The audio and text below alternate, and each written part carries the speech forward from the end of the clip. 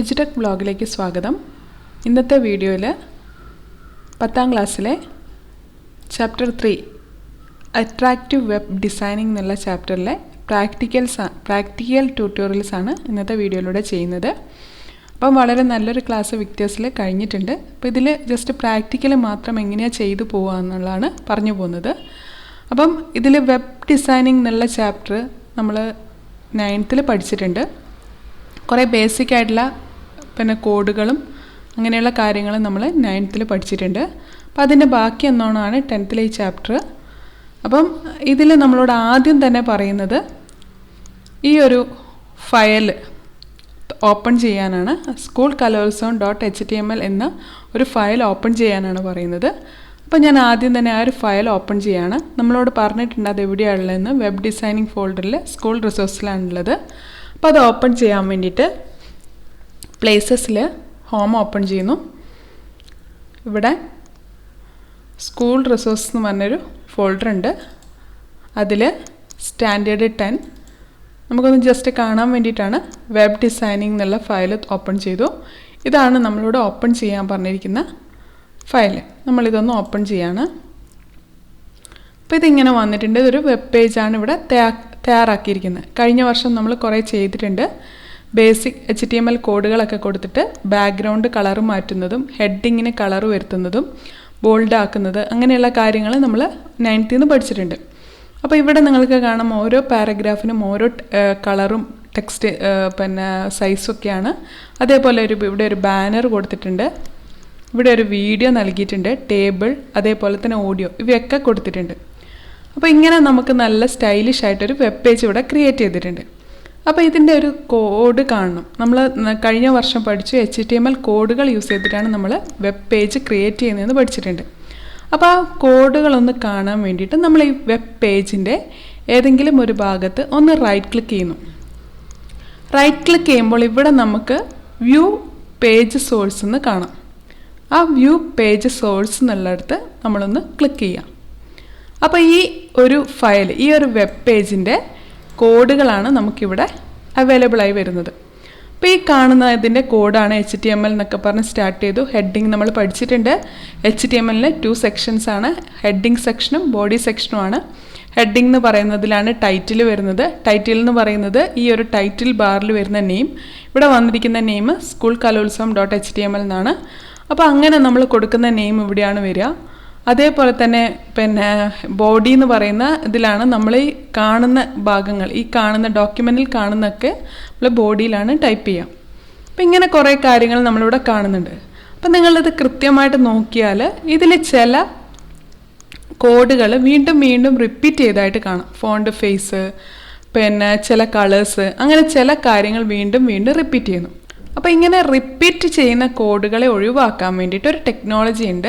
ആ ടെക്നോളജിയുടെ പേരാണ് നമ്മുടെ CSS എന്ന് പറഞ്ഞു. അതിനെക്കുറിച്ചാണ് നമ്മൾ ഈ വർഷം പഠിക്കാൻ പോകുന്നത്. അപ്പോൾ ഇവിടെ ടെക്സ്റ്റിന് ആദ്യം തന്നിരിക്കുന്നത് CSS എന്ന് പറഞ്ഞിട്ടുള്ളൊരിതാണ്. അപ്പോൾ ആ CSS എന്ന് പറഞ്ഞാൽ ഇവിടെ നിങ്ങൾക്ക് തന്നിട്ടുണ്ട് cascading style sheet is the technology develop to avoid repetition of the code effectively എന്ന് തന്നിട്ടുണ്ട്. അപ്പോൾ നമ്മൾ വീണ്ടും വീണ്ടും ഒരേ കോഡ് തന്നെ റിപ്പീറ്റ് ചെയ്യുന്നതിന് പകരമായിട്ട് നമുക്ക് എന്ത് യൂസ് ചെയ്താൽ മതി? CSS എന്ന് പറഞ്ഞൊരു ടെക്നോളജി ഉണ്ട്. അപ്പോൾ അത് യൂസ് ചെയ്തിട്ട് എങ്ങനെയാണ് വെബ് പേജ് ക്രിയേറ്റ് ചെയ്യുക എന്നുള്ളതാണ് ഈ ഒരു ചാപ്റ്ററിൽ നമ്മൾ പഠിക്കുന്നത്. അപ്പോൾ CSS എന്താണെന്ന് മനസ്സിലായി. Cascading style ഷീറ്റാണ്.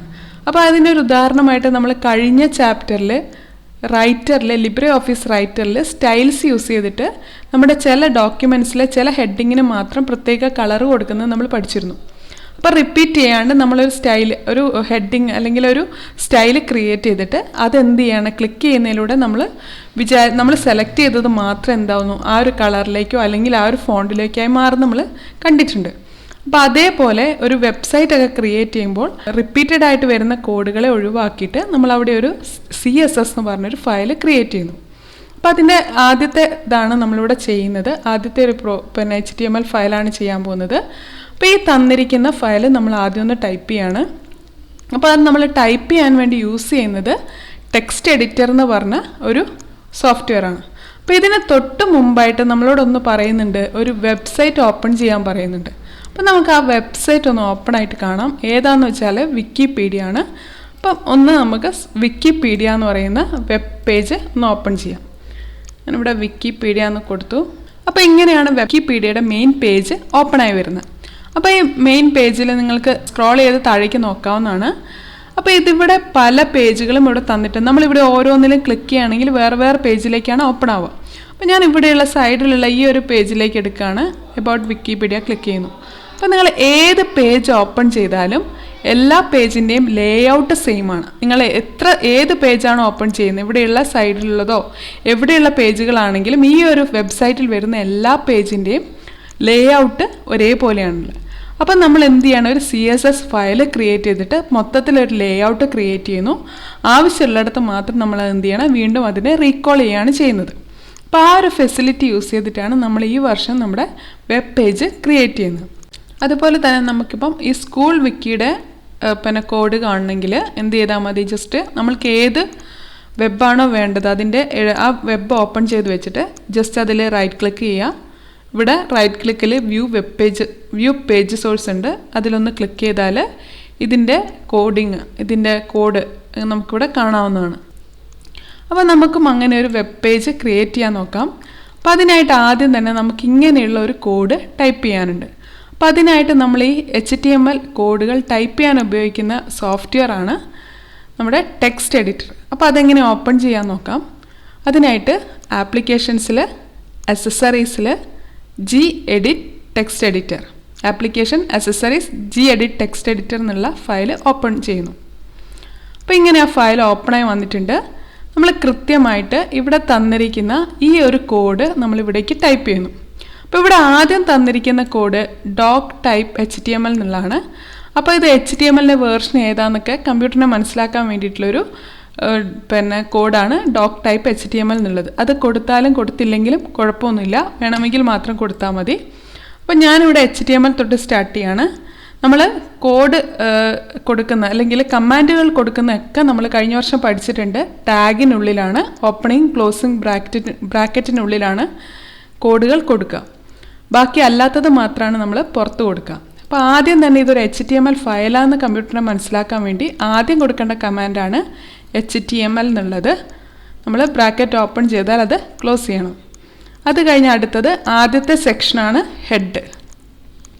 ബ്രാക്കറ്റിലാണ് നമ്മൾ ടൈപ്പ് ചെയ്യുന്ന ഹെഡ് എന്നുള്ളത് ടൈപ്പ് ചെയ്തു. അപ്പോൾ ഹെഡിൻ്റെ ഉള്ളിലാണ് നമ്മൾ ടൈറ്റിൽ കൊടുക്കുക. ഞാൻ പറഞ്ഞു ഇവിടെയുള്ള ഈ ഒരു ബാറിനെയാണ് നമ്മൾ എന്ത് പറഞ്ഞാൽ ടൈറ്റിൽ ബാർ. അപ്പം നമ്മൾ തുറന്നു വരുന്ന നമ്മുടെ ഇൻ്റർനെറ്റ് ബ്രൗസർ ഏതാണോ അതിൻ്റെ ടോപ്പിൽ എന്താണോ പേര് കാണിക്കേണ്ടത് അതാണ് നമ്മൾ ടൈറ്റിൽ കൊടുക്കുക. നമ്മളിവിടെ ടൈറ്റിൽ ടൈപ്പ് ചെയ്യാണ്. അപ്പോൾ നിങ്ങൾ കൊടുക്കാൻ ഉദ്ദേശിച്ച നെയിം അവിടെ കൊടുക്കുന്നു. അത് കഴിഞ്ഞിട്ട് നമ്മൾ ടാഗ് ക്ലോസ് ചെയ്യുന്നു. എന്നിട്ട് ഈ ഹെഡിങ്ങിൻ്റെ ഉള്ളിലാണ് നമ്മൾ പുതുതായിട്ട് നമ്മൾ ചെയ്യാൻ പോകുന്ന CSS എന്ന് പറഞ്ഞ സംഭവം കൊടുക്കുന്നത് ഈ ഹെഡിനുള്ളിലാണ്. അപ്പോൾ CSS ആക്റ്റീവ് ആക്കാൻ വേണ്ടിയിട്ട് ആദ്യം കൊടുക്കേണ്ട ഒരു കോഡാണ് സ്റ്റൈൽ എന്നുള്ളത്. സ്റ്റൈൽ എന്നുള്ള കോഡ് കൊടുക്കുകയാണ്. ഈ സ്റ്റൈലിനുള്ളിലാണ് നമ്മൾ എന്ത് സ്റ്റൈലാണ് കൊടുക്കാൻ ഉദ്ദേശിക്കുന്നത് എന്നുള്ളത് കൊടുക്കേണ്ടത്. അപ്പോൾ ഇവിടെ നൽകുന്നത് പാരഗ്രാഫിന് മാത്രമുള്ള ഒരു ചേഞ്ചസ് ആണ് ഇവിടെ കൊടുക്കുന്നത്. അപ്പോൾ ഈ P എന്ന് പറയുന്ന നെയിമിലാണ് അത് നമ്മൾ കൊടുക്കുന്നത്. അപ്പോൾ ആദ്യം തന്നെ നമ്മൾ അതിൻ്റെ നെയിം കൊടുത്തു. അതിനുശേഷം ബ്രേസസ് കൊടുക്കുകയാണ്. നമ്മൾ കേഴ്സീവ് ബ്രാക്കറ്റ് ഓപ്പൺ ചെയ്യുന്നു. ഓപ്പൺ ചെയ്തിട്ട് നെക്സ്റ്റ് ലൈനിൽ വേണമെങ്കിൽ ഒരു ടാബ് പ്രസ് ചെയ്യാം. പ്രസ് ചെയ്തില്ലെങ്കിലും കുഴപ്പമൊന്നുമില്ല. എന്നിട്ട് ഫോണ്ട് ഫാമിലി ഹൈഫനൊക്കെ ഇട്ടിട്ടാണ് കൊടുക്കേണ്ടത്. അത് കഴിഞ്ഞ് കോളനാണ് കൊടുക്കുക. നമ്മൾ ഷിഫ്റ്റ് പ്രസ് ചെയ്തിട്ട് സെമിക്കോളൻ പ്രസ് ചെയ്താൽ മതി. കോളൻ വന്നു. എന്നിട്ട് ലിബറേഷൻ സയൻസ് എന്ന് കൊടുക്കുന്നു. Last semicolon. അപ്പം നമ്മളൊരു ഇത് കൊടുക്കുന്ന സമയത്ത് ശ്രദ്ധിക്കേണ്ടത് ആദ്യം അതിൻ്റെ പ്രോപ്പർട്ടിയും പിന്നെ കോളൻ ഇട്ടിട്ട് അതിൻ്റെ വാല്യൂ, അത് കഴിഞ്ഞ് സെമിക്കോളൻ. അപ്പോൾ ആദ്യം നമ്മൾ തുടങ്ങിയത് ഒരു നെയിം കൊടുത്തു. അതിനുശേഷം കേഴ്സീവ് ബ്രാക്കറ്റ് ഓപ്പൺ ചെയ്തു, അല്ലെങ്കിൽ ബ്രേസസ് ഓപ്പൺ ചെയ്തു. അതിനുശേഷം നമ്മുടെ പ്രോപ്പർട്ടി കൊടുത്തു, കോളൻ, അതിനുശേഷം വാല്യൂ, സെമിക്കോളൻ കൊടുത്തിട്ടുണ്ട്. ഇനി എൻ്റർ അടിച്ചു.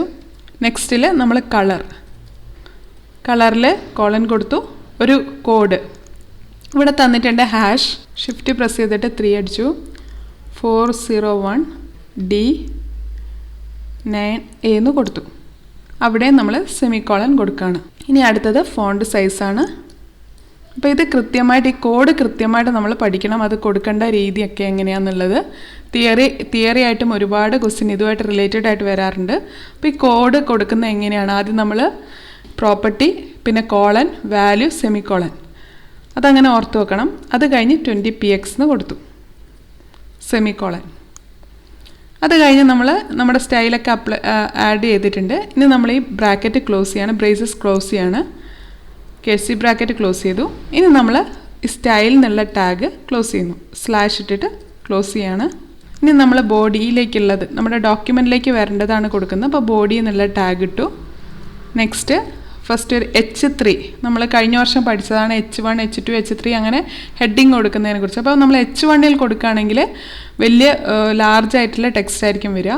അപ്പോൾ H3 ആകുമ്പോൾ ഒരു മീഡിയം സൈസ് ആയിരിക്കും വരിക. അപ്പോൾ H3 എന്ന് കൊടുത്തു. അവിടെ വരേണ്ടത് ഹെഡിങ് സിംഗിൾ ഐറ്റംസ് എന്നാണെന്ന് കൊടുത്തു. അത് കഴിഞ്ഞ് P എന്ന് പറഞ്ഞ് നമ്മൾ കൊടുക്കുകയാണ്. അപ്പോൾ നമ്മളിനി P എന്ന് കൊടുത്താൽ ആ P എന്ന് പറയുന്നത് നമ്മൾ കോൾ ചെയ്യുമ്പോഴേ അതിൻ്റെ അകത്ത് വരുന്നത് ഇതൊക്കെ ആയിരിക്കും. അതിനുള്ളിൽ വരുന്ന ടെക്സ്റ്റിനൊക്കെ ഈ പറയുന്ന പിന്നെ സ്റ്റൈലിലായിരിക്കും ഉണ്ടാവുക. അപ്പോൾ നമ്മളിവിടെ P എന്ന് കൊടുക്കുകയാണ്. നമ്മൾ Pയിൽ വരേണ്ട സംഭവങ്ങൾ കൊടുക്കുന്നു. മോഹിനിയാട്ടം. BR എന്ന് കൊടുക്കുന്നുണ്ട്. BR എന്ന് പറയുന്നത് ബ്രേക്ക്, നെക്സ്റ്റ് ലൈൻ വരാനുള്ളതാണ് BR എന്നുള്ളത്. അത് കൊടുത്തു.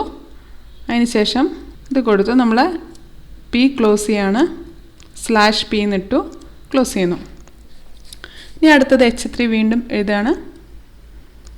കോപ്പി പേസ്റ്റ് ചെയ്യണമെങ്കിൽ കോപ്പി പേസ്റ്റ് ചെയ്യാം. എന്നിട്ട് ഗ്രൂപ്പ് ഐറ്റംസ് ആക്കി മാറ്റിയാൽ മതി. വീണ്ടും നമ്മൾ P കൊടുക്കുന്നു. പിന്നെ ബോഡി ക്ലോസ് ചെയ്യാണ്, HTML ഫയലും ക്ലോസ് ചെയ്യുന്നു. അപ്പോൾ ഈ തന്നിരിക്കുന്ന ടാഗുകളൊക്കെ നമ്മൾ കൃത്യമായിട്ട് ഇവിടെ ടൈപ്പ് ചെയ്തിട്ടുണ്ട്. അപ്പോൾ ഇത് നമ്മളിനി എന്ത് ചെയ്യണം? സേവ് ചെയ്യണം. അപ്പോൾ സേവ് ചെയ്യാൻ വേണ്ടിയിട്ട് ഇവിടെയുള്ള ഈ ഒരു മെനു ഇങ്ങനെ കാണുന്ന ഈ ലൈൻസ് എന്നുള്ളിടത്ത് ഞാൻ ഒന്ന് ക്ലിക്ക് ചെയ്യുന്നു. എന്നിട്ട് സേവേഴ്സ് ആണ് ഉപയോഗിക്കുന്നത്. സേവേഴ്സ് എന്നുള്ളതിൽ ക്ലിക്ക് ചെയ്യാം. നമ്മളെവിടെയാണ് സേവ് ചെയ്യാന്ന് വെച്ചാൽ ഹോമിൽ സ്റ്റുഡൻസ് വർക്ക്സ് 10 അതെന്ന് പറഞ്ഞൊരു ഫോൾഡർ ഉണ്ട്. ആ ഫോൾഡർ ഓപ്പൺ ചെയ്യുന്നു. അതിൽ ഞാനിപ്പോൾ ഒരു ഫയൽ നെയിം സ്കൂൾ കലോത്സവം സ്കൂൾ കലോത്സവം എന്ന് കൊടുക്കാനാണ് പറഞ്ഞത്. ഞാൻ കലോത്സവം എന്ന് കൊടുക്കുകയാണ്. .html നിർബന്ധമായിട്ടും കൊടുക്കണം. കാരണം കമ്പ്യൂട്ടർ മനസ്സിലാവണം ഈ ഒരു ഫയൽ HTML ഫയലാണെന്ന് മനസ്സിലാക്കാൻ വേണ്ടിയിട്ടാണ് .html എന്ന് കൊടുക്കുന്നത്. സേവ് ക്ലിക്ക് ചെയ്യുന്നു. അപ്പോൾ നമ്മൾ ആ സേവ് ചെയ്തപ്പോഴേ നമുക്ക് കാണാം അതിൻ്റെ കളറൊക്കെ ചേഞ്ച് ആയിട്ടുണ്ട്. മൊത്തത്തിൽ അതിൻ്റെ സ്റ്റൈലിനൊക്കെ ഒരു മാറ്റം വന്നിട്ടുണ്ട്. ഇനി നമ്മൾ ഈ ചെയ്തു വെച്ച ഫയൽ നമുക്കൊന്ന് ഓപ്പൺ ചെയ്ത് നോക്കാം. അപ്പോൾ അതിനായിട്ട് നമുക്ക് വീണ്ടും പ്ലേസസ് അല്ലെങ്കിൽ നിങ്ങൾ ഡെസ്ക്ടോപ്പിൽ നിന്ന് ഹോം ഓപ്പൺ ചെയ്താൽ മതി. പ്ലേസസ് ക്ലിക്ക് ചെയ്യുന്നു, ഹോം ക്ലിക്ക് ചെയ്യുക. ഇവിടെ നമ്മളിപ്പോൾ സേവ് ചെയ്ത ഫയൽ സ്റ്റുഡൻസ് വർക്ക്സ് 10ലാണ്. സ്റ്റുഡൻസ് വർക്ക്സ് 10 ഓപ്പൺ ചെയ്തു. ഇതിൽ ഞാനിപ്പോൾ ചെയ്തു വെച്ച ഫയൽ ഇതാണ്, കലോത്സവം .html എന്നാണ്. ഇതൊന്ന് ഡബിൾ ക്ലിക്ക് ചെയ്യുക. അപ്പോൾ ഇങ്ങനെയാണ് ഫയൽ വന്നിരിക്കുന്നത്. അപ്പോൾ നമ്മൾ കണ്ടു സിംഗിൾ ഐറ്റംസ് എന്നുള്ള ഹെഡിങ്, ഗ്രൂപ്പ് ഐറ്റംസ് എന്നുള്ള ഹെഡിങ് വന്നു. അതിനുള്ളിൽ വന്നിരിക്കുന്ന മോഹിനിയാട്ടം ഭരതനാട്യം പ്രത്യേക തരത്തിലൊരു ബ്ലൂ കളറിലായിട്ട് വേറെ തന്നെ ഒരു സൈസിലും ഫോണ്ടിലുമാണ് വന്നിരിക്കുന്നത്. ഇനി നമുക്ക് ഇവിടെ ഒന്ന് ചേഞ്ചസ് വരുത്തി നോക്കാം. നിങ്ങളോട് ടെക്സ്റ്റിൽ പറയുന്നത് പോലെ തന്നെ അപ്പോൾ ഇവിടെ തന്നതുപോലെ തന്നെ ഫോണ്ട് ഫാമിലി, വെർഡാന, കളറ്, ഫോണ്ട് സൈസൊക്കെ നമുക്കൊന്ന് ചേഞ്ച് ചെയ്ത് നോക്കാം. അപ്പോൾ അതിനായിട്ട് ഒന്നും കൂടി ആ ഫയലൊന്ന് ഓപ്പൺ ചെയ്യുന്നു. ഇവിടെ നമ്മൾ ക്ലോസ് ചെയ്തിട്ടുള്ള ആ ഫയൽ ഓപ്പൺ ചെയ്തിട്ട് ഇവിടെ ആ പറഞ്ഞിടത്ത് മാത്രം നമ്മളോട് ഇവിടെ തന്നിട്ടുണ്ട് ലിബറേഷൻ സാൻസ് എന്നുള്ളിടത്ത് നമ്മൾ എന്ത് ചെയ്യാം? ഇവിടെ ഈ തന്ന ഭാഗത്ത് നമ്മൾ വെർഡാന എന്നുള്ളത് ആക്കി മാറ്റുക. അപ്പോൾ ആ ഒരു ഫോണ്ടാക്കി മാറ്റുന്നു.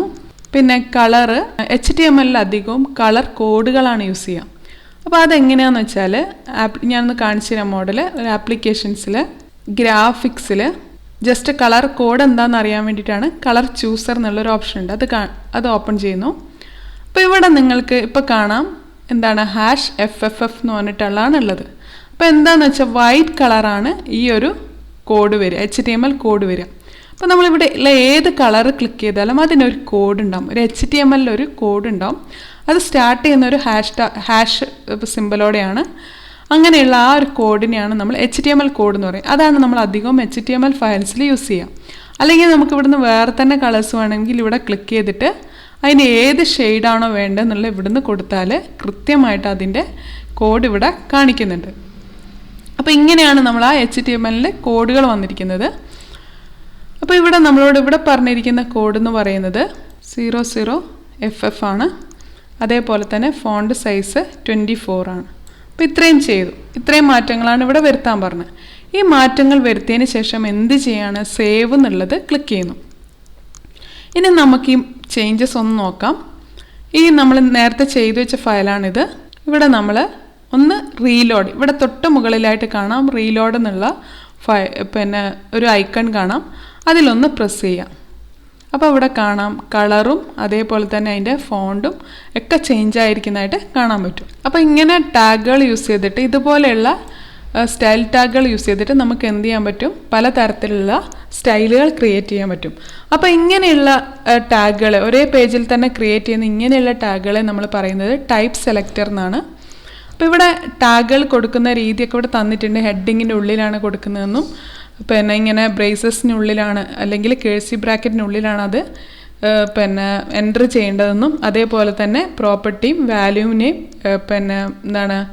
സെപ്പറേറ്റ് ചെയ്തിട്ട് അതിൻ്റെ ഇടയിൽ ഒരു കോളൻ കൊടുക്കുന്നു. അത് അവസാനം എന്ത് ചെയ്യണം? ലാസ്റ്റ് ഒരു സെമിക്കോളൻ. ഇതൊക്കെ നമ്മളിപ്പോൾ പറഞ്ഞ കാര്യങ്ങളാണ്. അപ്പോൾ ഇങ്ങനെ കൊടുക്കുന്ന ടാഗുകൾക്ക് നമ്മൾ പറയുന്ന പേരാണ് ടൈപ്പ് സെലക്ടർ എന്ന് പറഞ്ഞു. ടൈപ്പ് സെലക്ടർ എന്ന് പറഞ്ഞാൽ ഒരു പേജിനുള്ളിൽ തന്നെ ഒരു കാര്യം മാത്രം, ഒരു സ്റ്റൈൽ മാത്രമുള്ള പ്രത്യേക തരത്തിലുള്ള സ്റ്റൈലുകളെ നമ്മൾ പറയുന്നതാണ് ടൈപ്പ് സെലക്ടർ എന്ന് പറയുന്നത്. അപ്പോൾ ഇന്നത്തെ ക്ലാസ്സിൽ ടൈപ്പ് സെലക്ടർ യൂസ് ചെയ്തിട്ട് ഒരു സ്റ്റൈൽ എങ്ങനെ ക്രിയേറ്റ് ചെയ്യാൻ നമ്മൾ കണ്ടു.